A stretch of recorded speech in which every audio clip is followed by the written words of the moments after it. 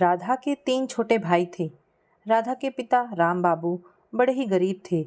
जैसे तैसे बच्चों को ट्यूशन पढ़ाकर घर खर्च निकालते। राधा ने जब 12वीं की परीक्षा दी, उसके बाद ही राम बाबू ने रिश्ता देखकर राधा की शादी 9 साल बड़े नवीन से कर दी, बिना जाने कि नवीन एक नंबर का दारूबाज और लड़कीबाज है। नवीन सरकारी अफसर था। अब तो राधा को एक बेटा भी हो गया था। एक दिन नवीन ने राधा से कहा, जाती क्यों नहीं अदालत? वहाँ क्या करने लिए जाऊँ? मुझे तलाक देने। क्यों दूँ तलाक? राधा ने जवाब दिया, अरे मैं दुष्ट हूँ, मैं तुम्हें खर्चा नहीं देता, तुम्हारे बच्चे को चॉकलेट लाकर नहीं देता, और भी जो कुछ तुम चाहती हो उस सब के लिए। ऐसी बातें सुनकर तो राधा टुकुर टुकुर उसका मुंह देखती रह गई। नवीन मुस्कुराते हुए सोफे पर बैठा था और सिगरेट का धुआं छोड़ते हुए वह बोला, इन लड़कियों को घर में ना लाऊं तो कहाँ ले जाऊं? राधा ने कहा, मैं तो यह कह रही थी कि आप मुझे खाने पीने और कपड़े के लिए तो कुछ देते नहीं, और जब ये लड़कियां आती हैं तो घर में लहर बहर लग जाती है। यह तो तुम ठीक कह रही हो, पर मैं सोचता हूँ कि तुमको मैं क्यों दूँ? मांग में सिंदूर लगा देने से और लकड़ियाँ जलाकर उसके 8 चक्कर काट लेने से क्या मैं तुम्हारा देनदार हो गया हूँ? आप इस बेटे के बाप हैं। इस पर ही दया करके इसकी माँ को कुछ दे दिया करें। मैं अपनी कसम खाकर कहती हूँ कि कल से एक भी दाना मेरे पेट में नहीं गया। दाने तो मेरे पास बहुत हैं, पर तुम्हें क्यों खाने को दूँ? तुम अपना ठिकाना कहीं और क्यों नहीं बना लेती? घर छोड़ दोगी तो फिर तुमको दूसरी लड़कियों के यहाँ आते और खाते पीते देख दुख नहीं होगा। पर जाऊँ कहाँ? अपने बाप के घर जा सकती हो। और यह बच्चा, इसकी मुझे ज़रूरत नहीं। तो शादी क्यों किया था? पत्नी पाने के लिए किया था, किंतु यह तो अपने आप बिना इच्छा किए ही आ पहुँचा है। अपने पति की इस जवाब का उत्तर राधा नहीं दे सकी। नवीन उसको कई बार कह चुका था कि उसे वह पसंद नहीं है और जहाँ उसके सींग समाए वहाँ जा सकती है। आज उसने यह भी कह दिया था कि इस नालायक पति को तलाक दे सकती हो। नवीन अपने काम पर जाने के लिए तैयार था और राधा अपने खाने पीने के लिए उससे पैसे मांगने आई थी। नवीन जाते वक्त बोला, अच्छा एक काम करो, मैं तुमको 500 रुपये देता हूँ। इन पैसों से तुम 4 लोगों के खाने के लिए सामान तैयार करना। 1 बोतल विस्की, पनीर टिक्का, नान, प्याज, टमाटर, खीरा, चुकंदर की सलाद। बताओ कर सकोगी? 4 में कौन कौन होगा?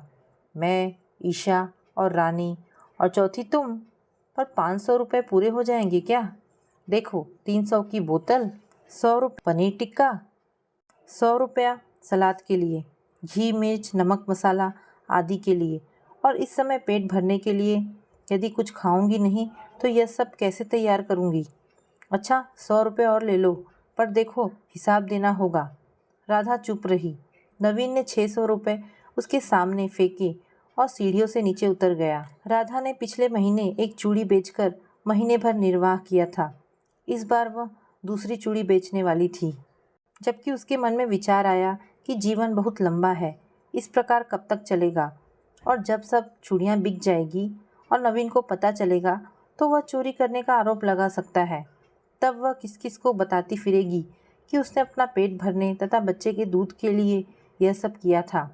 आज वह अपने पति को बताने वाली थी कि वह चूड़ियाँ बेचकर अपने खाने का सामान खरीद रही है। उसके ऐसा कहने के पहले ही तलाक की बात चल पड़ी थी, और जब उसके पति ने उसके सामने 600 रुपये फेंके तो उसने उठाए नहीं। नवीन नीचे उतर गया तो उसने रुपए उठाए और गिन डाले। अब वह विचार करने लगी कि क्या वह इन रुपयों से अपने पति के भोग विलास का प्रबंध करे। एक बार पहले भी उसने ऐसा किया था। तब उसके मन में यह भावना थी कि वह अपने खाना बनाने तथा दावत का प्रबंध करने में योग्यता दिखाकर अपने पति को खुश कर लेगी, परंतु ऐसा हुआ नहीं। और पीछे कई बार जब राधा ने इस प्रकार की दावत के प्रबंध करने से इनकार कर दिया तो उसने घर का सब खर्च बंद कर दिया, और जब भी वे लड़कियां आती तो वह किसी होटल से खाना खरीद कर लाता और 500 के स्थान पर 1000-1200 खर्च कर देता। इस प्रकार ज़्यादा खर्च होने पर वह और भी चिढ़ जाता और घर खर्च पूरी तरह बंद कर देता। इस बार राधा ने अपने मन में निश्चय किया कि वह अपने पति के इस प्रकार के भोग विलास की प्रबंधिका नहीं बनेगी। आज जब नवीन ने उसको रुपए दिए तो उसने इनकार नहीं किया, वह चुप रही। उसके पति ने इसको स्वीकृति मान लिया और निश्चिंत होकर अपने ऑफिस चला गया। राधा ने रुपए उठाए तो इस निश्चय के साथ कि वह अब इस घर को छोड़ देगी। उसके पिता नासिक में रहते थे, बहुत गरीब थे और एक बहुत बड़े परिवार के बोझ के कारण वह लड़की की सहायता करने में असमर्थ थे। यदि राधा अभी तक वहाँ नहीं गई थी तो इसी कारण कि वह उनके दुख का कारण बनना नहीं चाहती थी। जब जाने का विचार पक्का हुआ तो यह समझकर कि वह जीवन भर के लिए जा रही है, उसने अपने सब गहने एकत्रित किए, उन्हें अपने तथा बच्चे के कपड़ों के साथ सूटकेस में रखा और ऑटो में बैठ स्टेशन जा पहुंची। दिन के 11 बजे कल्याण से गाड़ी में बैठकर 7:30 बजे वह अपने पिता के घर जा पहुंची। राम बाबू बच्चों को पढ़ाने गए हुए थे। उसका भाई बीएससी में पढ़ रहा था, वह भी 8वीं कक्षा के एक छात्र को पढ़ाया करता था। उसके दोनों भाई और उसकी माँ उस समय घर पर थे। लड़की को बिना किसी प्रकार की सूचना दिए आती देख माँ शक्ल देखती रह गई। रेवती ने पूछा, बेटी क्या बात है, इस प्रकार किस कारण आई हो? माँ, मैं पति का घर छोड़ आई हूँ। पिताजी कहाँ हैं? वे पढ़ाने गए हैं, आते ही होंगे। और सुधीर? वह भी पढ़ाने गया है। आजकल महंगाई इतनी बढ़ गई है कि एक आदमी की कमाई एक के लिए ही काफ़ी नहीं होती। राधा ने अपना सूटकेस माँ के कमरे में रख दिया और अपने सबसे छोटे भाई को बाजार भेजकर बच्चे के लिए दूध मंगवाया।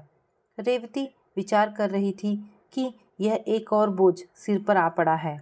भगवान जाने क्या कर आई है जो एकाएक इस प्रकार आ धमकी है। 6 महीने पहले आई थी, उस समय भी अपने पति से परेशान होकर।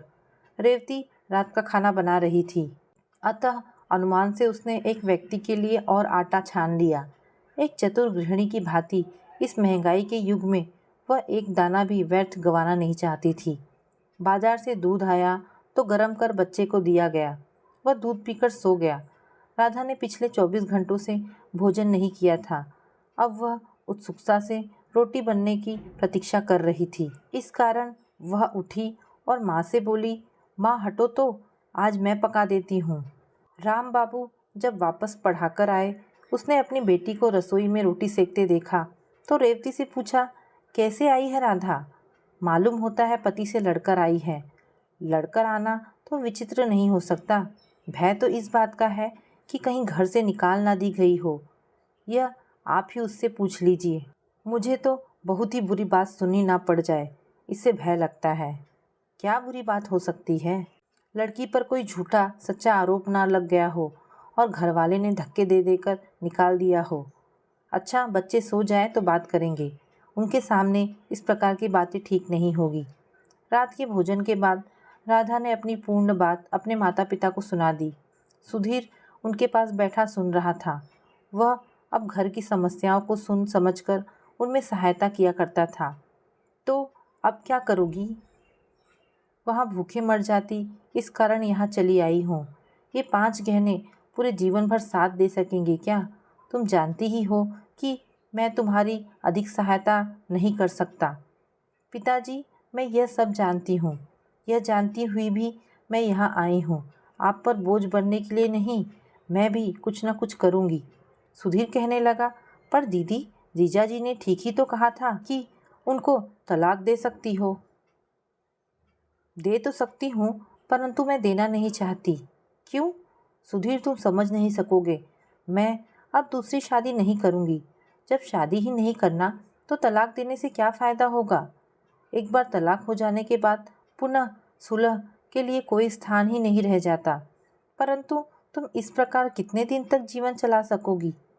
राधा इस प्रश्न पर मुंह देखती रह गई। इसका उत्तर जानती तो थी, परंतु भविष्य के विषय में कुछ भी कहने और उसमें किसी प्रकार का दावा करने का उसमें साहस नहीं था। तो भी वर्तमान पर ही अपना ध्यान केंद्रित करते हुए उसने कहा, सुधीर, तुम लोग भी तो जीवन संघर्ष कर रहे हो। यहाँ तो माता पिता में झगड़ा नहीं, दोनों आपस में प्रेम से रहते हैं। पर दीदी, हम तो आशा करते हैं कि कुछ ही सालों में हमारी स्थिति बदल जाएगी। 2 सालों में मैं एमएससी कर लूँगा और फिर दोनों छोटे भी तैयार हो जाएंगे, सब मिलकर रहेंगे। सुधीर, पिताजी ने कुछ पढ़ा दिया था, उसके भरोसे में जीवन यापन तथा आगे उन्नति करने की आशा रखती हूँ। मैं भी तुम्हारी भांति आशा कर रही हूँ कि यह बच्चा बड़ा होगा, पढ़ लिख कर कुछ बनेगा और तब तक तुम बूढ़ी हो जाओगी। तो फिर क्या हुआ, यह तो सुखी हो जाएगा। उसकी सुख सुविधा से मेरे मन को शांति होगी। क्या शांति होगी? यही कि मैंने अपने परिश्रम से अपने पुत्र को संसार में सिर ऊंचा करने के लिए अवसर उपलब्ध कराया है। क्यों पिताजी? सुधीर ने निरुत्तर होते हुए और अपने पिता की बात को आगे ले चलने के लिए पूछा। आप क्या समझते हैं? बेटा, राधा ठीक कहती है, मैं भी उसके साथ हूँ। पिताजी, आप बड़ों का आशीर्वाद और संरक्षण प्राप्त होता रहा तो यह भी पार हो ही जाएगा। बस कहीं मार्ग से विचलित होने न लगूं तो आप सचेत कर दीजिए। सुधीर ने कहा, पर दीदी, इसका पूरा बोझ और कष्ट तो तुम केवल अपने ही कंधों पर उठाने की योजना बना रही हो। उस दुष्ट को क्या सजा मिलेगा? उसे तो तुमने आज़ादी से गुलछर्रे उड़ाने के लिए मैदान खाली छोड़ दिया है।